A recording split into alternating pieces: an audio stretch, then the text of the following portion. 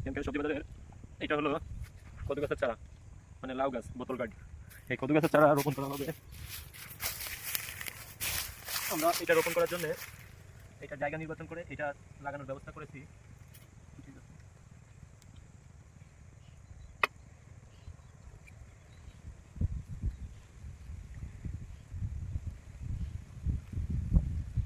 এই দেখেন লাগানো হয়ে যাচ্ছে।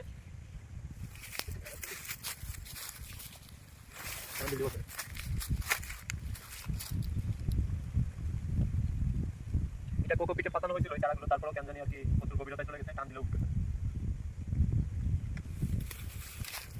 এখানে আমাদের যেখানে লাগাবো এখানে আর কি জৈব সার, পরে ইউরিয়া, নাইট্রোজেন আর ফসফরাস ডিএপি এটা ব্যবহার করা হয়েছে।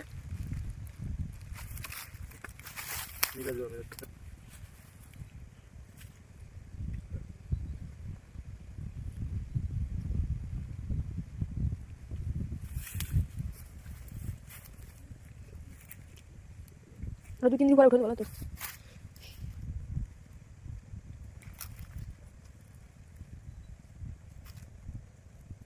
এখানে লাগালে পানি দেওয়া লাগবে।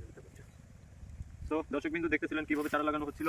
সামনে আরো চারা লাগানো হবে, অনেক চারা লাগানো হবে। লাভ হইলে আপনাদেরকে দেখানো হবে।